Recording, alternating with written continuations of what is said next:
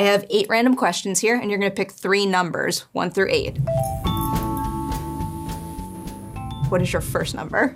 3. All right, my lucky number. This is a good one. This is wrap gifts. What is the most memorable wrap gift you've ever received or given? Well, maybe not memorable, but I do see it in winter, I see it every day. I got a puffer jacket from The Crown, and I have a Vespa in Berlin. I drive that, and so in spring and autumn where it gets a bit chilly, I always wear that puffer jacket with The Crown on the back.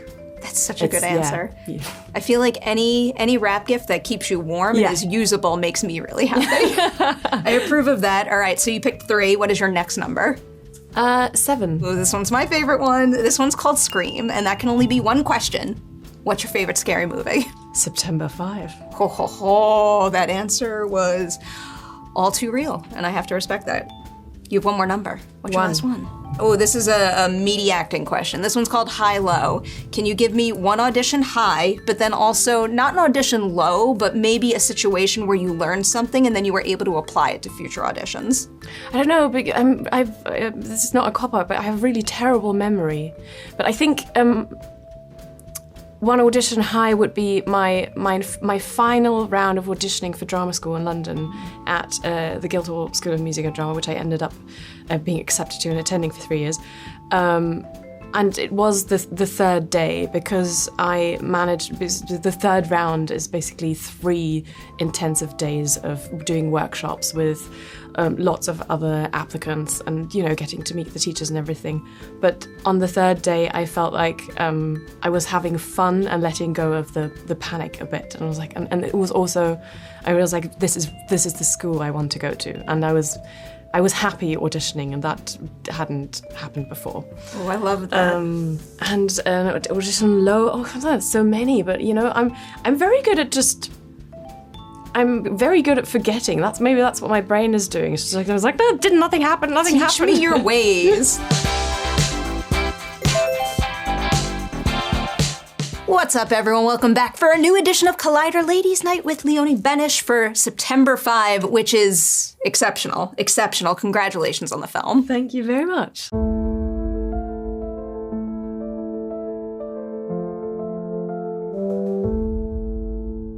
What is the movie you saw, the performance you saw, a personal experience you had, whatever it may be, that first made you say to yourself, I absolutely have to be an actor?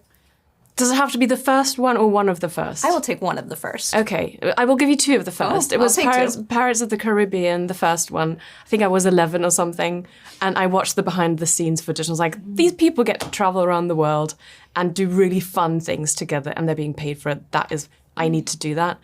And then the second was actually Gladiator 1, the first one, because I felt so many things. I was like, I need to, at some point in my career that I will have as an actor, die to Hans Zimmer soundtrack, which I did in The Crown. It was a small part, but very tragic death, and Hans Zimmer did the soundtrack. So all right, so the next thing is we have to get you in a Pirates movie. They're still making those. It could happen. Haven't done that yet, yeah. So that is where you isolate the dream to act, but I find it can often be one thing to decide you want to act and another to really believe in your ability to do it. So do you remember the very first time you did something, stopped and said to yourself, I'm good at this and I deserve to pursue this path and be here? Yeah, it's I don't know if there is that one moment, and I probably did have that actually before I made the decision to become an actor, because I was in a kids' circus when I was 9 years old, 9, 10, and 11. I did it for 3 years in a row, and I did lots of acrobatics, tightrope walking, it's like unicycling, all the fun, and I loved it because I realized that there's something about me doing a trick and the audience clapping that really functioned, especially because I was always the smallest one, so I was on top of the the human pyramids, and that you do the thing at the end where you climb on top of all the shoulders and hips and everything, and you're very high up, and then you do the thing, you smile and the audience claps. And I think I did catch a bug for performing then, so I must have been at around 9 years old. Have you retained any of those skills? I can do a decent cartwheel, not in this skirt, but yeah, not don't in this do that room, here. but Someone will get mad if I ask for that. Most impressive, very cool place to have trained as a young actor too. Those are cool skills to gain. So I do want to go back to school, but I think the one I have to hit before school is the white ribbon, because you did that before studying at Guildhall, right? Yeah. So because you did that movie before training, what would you say is, I guess, a pro and a con for jumping into a film like that? I guess kind of cold and like a blank slate in a sense. Well, the pro is that because you don't know anything, you are very innocent. And that is a pro because you do experience everything for the first time, and there's a beauty, there's a vulnerability in that innocence that I think can get lost a lot of the time. It does get lost when you do the thing over and over and again. And the con in this case, well, it's like, no, it's not really a con. I just think I was a little too young, but not actually for the filming bit. It was more it was the first film I was ever in, and we ended up getting nominated for the best foreign language film, and I was in LA, aged 18. I knew nothing about high heels, about styling, about press. I didn't know anything, and I just felt quite overwhelmed at the time. So I was definitely too young for that. I will follow up on that. What is a tip you would give to another young actor out there who might be stepping into their first award season so that, they can do the work and promote their film well, but also actually enjoy the experience? I don't know if it's, I don't know. I mean, get a good publicist. No, but it's honestly so true. Yes. If that's possible, do that. I'll follow up on that because part of the reason that I get to sit in these seats is because I get to work with wonderful publicists who give me these opportunities. What is something about your PR team that you appreciate and think helps you get your voice out there in a way that is meaningful to you? I think I'm going to go back a little bit because that's what it comes down to. I think as a young actor, well, as an actor generally, but especially as a young actor, make sure that you have a team around you that you trust and who know who you are. I've been very blessed with that, and I've only started working with my American publicist team fairly recently. But again, what they bring to the table is they are really attentive to who I am, and I think that's very important. I feel like that sometimes can, go in directions where maybe people feel like they have to perform as someone or something they are not, or be put in clothes that they don't feel comfortable in, and that plays a huge part. So make sure that you have a team that you like and that knows who you are. So important. So is being comfortable in your clothes. Like even in this seat, I will not give a good interview if I don't feel okay in what I'm wearing. Like, wear the most comfy, like the comfiest bra you have. Like no one used to tell me, like, you really need to choose your underwear well. It's so really incredibly true. Yeah. Also, as someone who has a hard time wearing heels, you know what? Just forget it. I'm going to wear Vans for the rest of my life and be very happy and proud of it. So I do want to go to Guildhall because I think when you were answering before, you said that during that audition process was when you realized that was the school for you. What about before that, like pursuing that school to begin with? What was it about that program that made you think that that could be the one for me? When I decided that I wanted to go to drama school and I wanted to go to London, I applied to 3 different schools.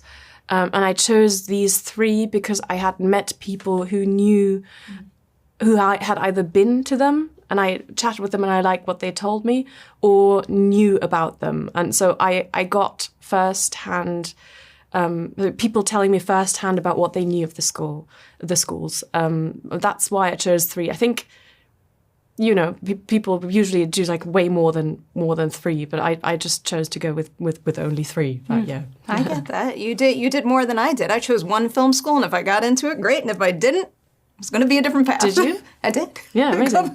Yeah. I feel like I got very lucky, and I'm very, very fortunate. So you study there. This is one of my favorite questions to ask about studying a craft like acting in a program like that. What is one thing you learned while you were there that you still find yourself using to this day? But then also, what is something that all the schooling in the world could never prepare an actor for when they start to work professionally? Was maybe not so much one thing I learned. I learned how to. I did learn about the discipline. Like when I went to Guildhall, they were very strict on you have to be on time and you have to be prepared. You have to know your lines. See all the basic things. I think Guildhall taught me how to work. Like a day like this, where it's interview after interview after interview. There is something about. I actually had a moment earlier when I was in my room briefly for lunch. I was like, do the Guildhall thing. You show up, you do the work. That is something that I think got deeply instilled in me. But also, I think what Guildhall offered to me was I think they did to everyone. It's like you can pick and choose the bits that work for you.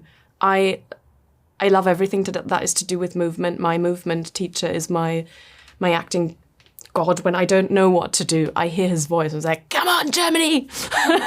Like shouting me a little bit, like, "You know how to do this," and I would imagine what he might say. Like that is usually always the key for me into something. Like try to come at things from a movement perspective.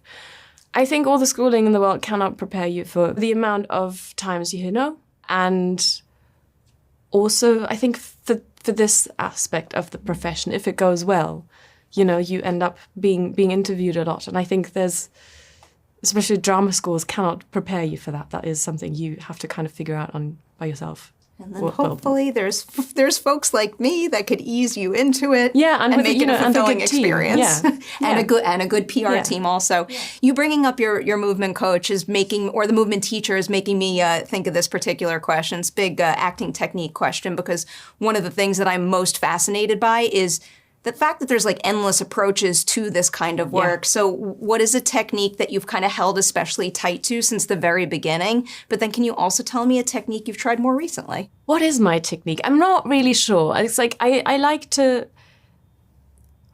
think about the characters I play in terms of how would they hold themselves? How do they carry themselves? What do they do every day?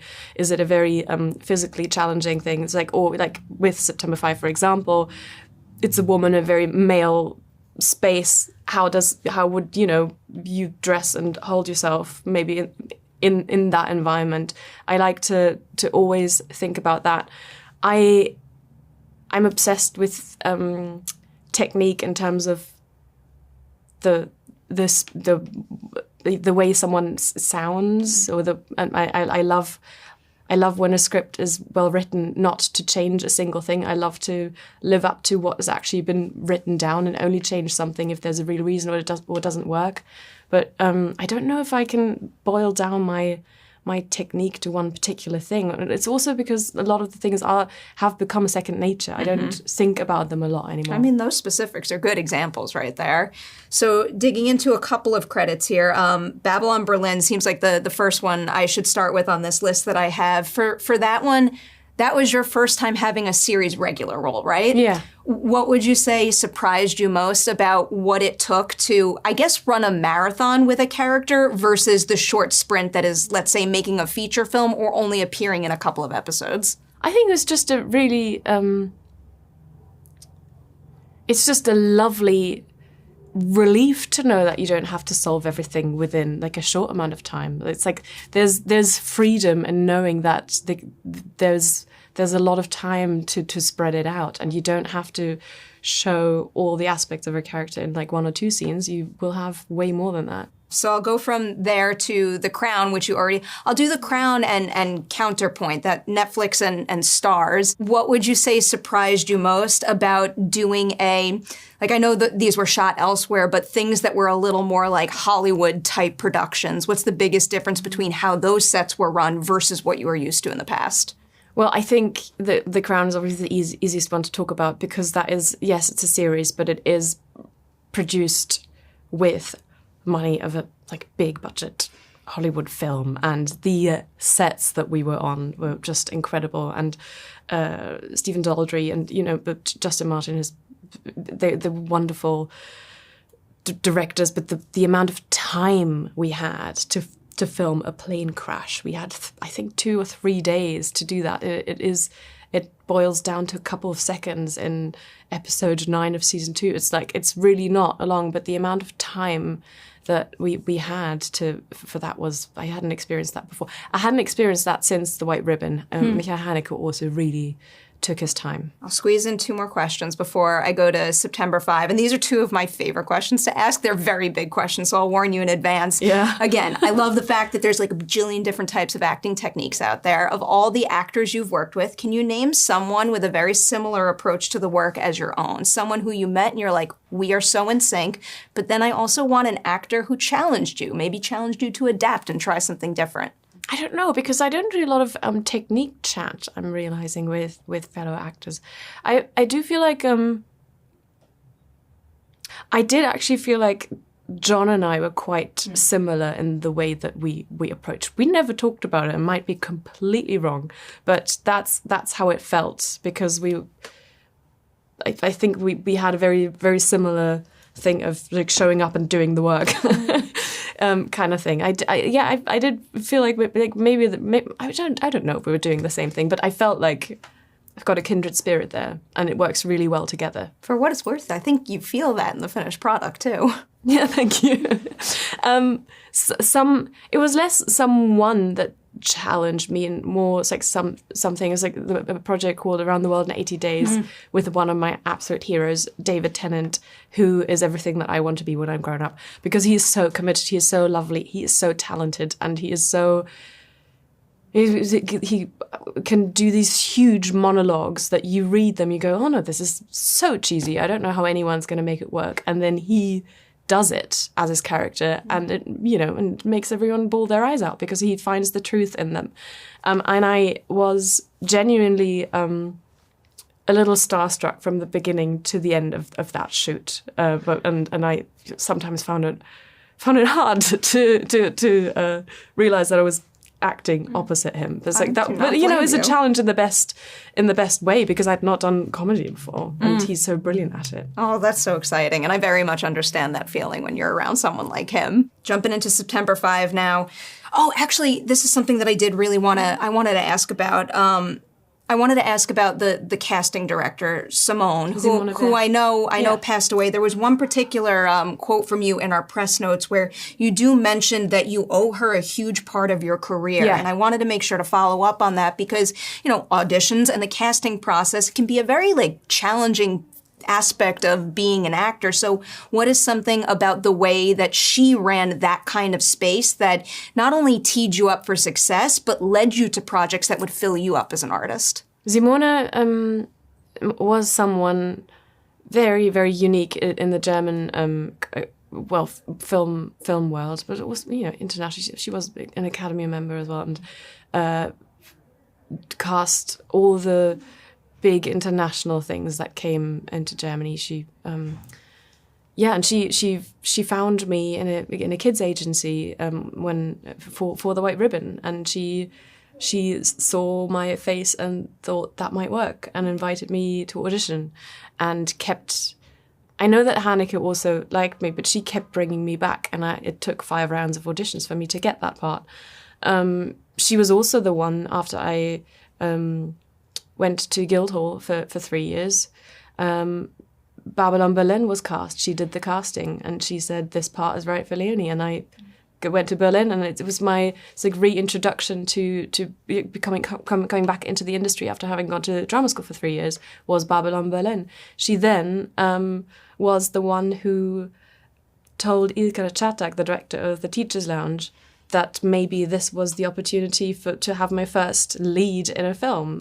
So it's always, she over the years always kept me. I should also mention her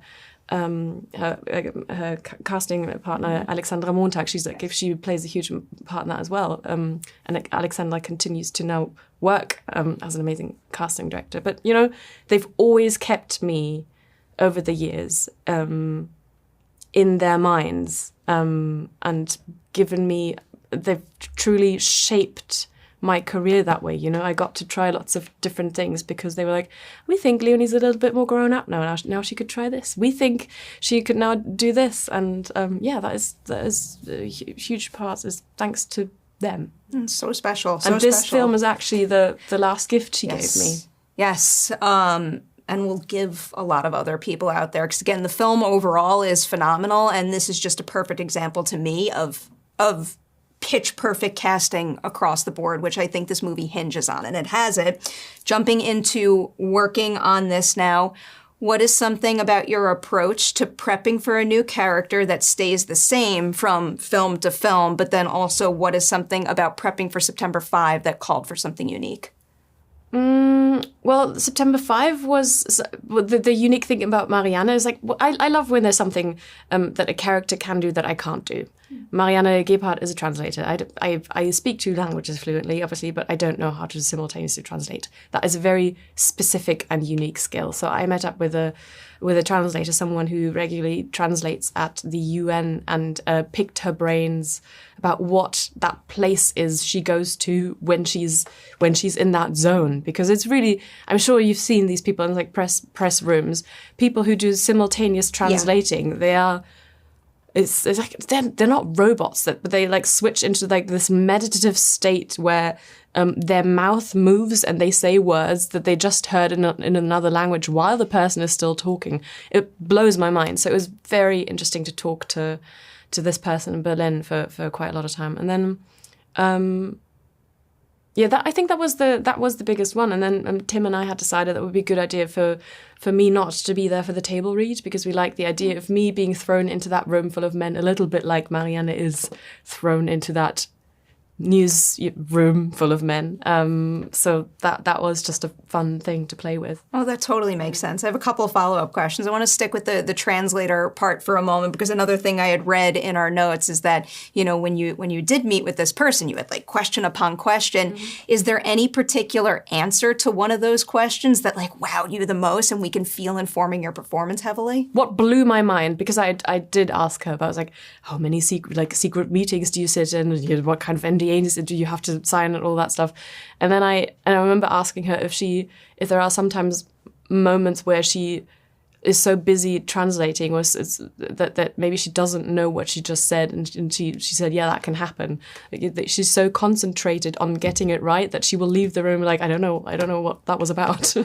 I didn't use that obviously for Marianne because she's very much aware of this, and it's not simultaneous translating on a level like in a diplomatic setting. But I just thought there's something interesting in that like meditative state that they have to be in to get it right, that I really liked for Marianne, in terms of being a very, very focused person. Really is like a fascinating profession. Like I don't even think, I only speak one language. I don't think I could accurately repeat something that I just heard someone say in my own language 5 seconds ago. It's really something else. The other thing I wanted to follow up on that you kind of teed up there, the idea of not being part of the table read because of, where she's at in this world and coming in as someone new and also someone very, very different. Like she is not like the other people in that news station. So what was it like for you just making sure that you got across and respected the broad strokes of this story, but also crafted her as a person who,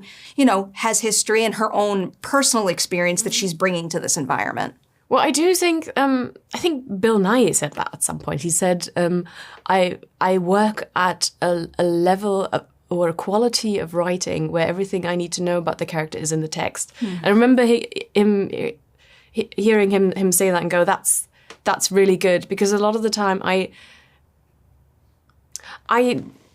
sometimes I want to know a little bit more about the person I'm playing than what it says on the text. But most of the time, I don't feel like I need a lot more information than the audience do, if all the other things are in place. Like, do I know what she wants? Do I know what her obstacle is? Do I know what she might be worried about? Like, all these things, if they are in place, they are probably enough for me to go off on, to do a good performance. If something is missing, I will try and find that, but that has rarely happened recently. I'll end with 2 questions because I've seen the rep sign. First one, just to maybe touch on a particular scene in the film. Going into production, is there any particular scene that you thought was going to be the most challenging for you? And ultimately, was it, or did a different one catch you by surprise? Yeah, I think I went into it thinking that the simultaneous translating was going to be the trickiest one, but that turned out to be quite easy. But then the one that was very tricky was the final scene between Marianne and Jeff, where they attempt conversation about what happened that day. Because it was written slightly differently, and we'd filmed it earlier on, and I think Tim, John, also John Palmer, producer, and we all knew that it wasn't right, and we were like, this didn't work, this didn't feel right. So and John and I kept seeing it popping back up on the film. We were like, oh no, that scene, we don't know we're gonna have to work through that. And then eventually the day came when we shot it, and it was a really difficult discussion about how would these two people, what kind of words would they find? Because the way it was written, John and I felt like it was slightly overwritten and explaining the film at the end of the film. And we really wanted to avoid that, because we felt like we wanted to trust that we were making the film that we thought we were making, and then not mistrust the audience at the end. And so reduce the text and have it play out more by what was not said than what was said. But that was a difficult day, but it's also,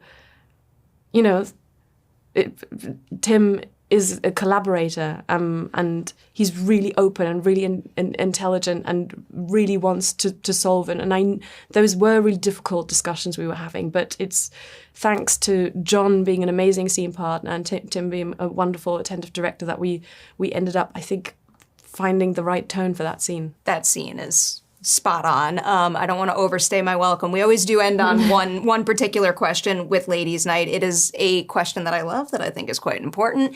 In film and television, we give each other awards, and I think that's super cool. I think everyone should keep doing that. I find that nobody tells themselves good job as much as they should, so I want to know something you accomplished making September 5 that you know you'll always be able to look back on and say, I am so proud of what I did there. I think it was that scene that we just talked about, because I usually don't like to challenge people's writing, because I'm a huge advocate of stick to your part of the game. I like being a puzzle piece in someone else's puzzle. I don't want to make the puzzle. I have no ambitions of being to be a director, but I am happy that I did challenge Tim, and we did have that difficult filming day trying to figure out what was right, because I think that is still something I'm learning. It's like choose the moment or realize when something is not working, and then speak up, and not just trust that they will. I usually just trust that if the director says it's fine, it will be fine, and I like that, and that is generally how I like to work.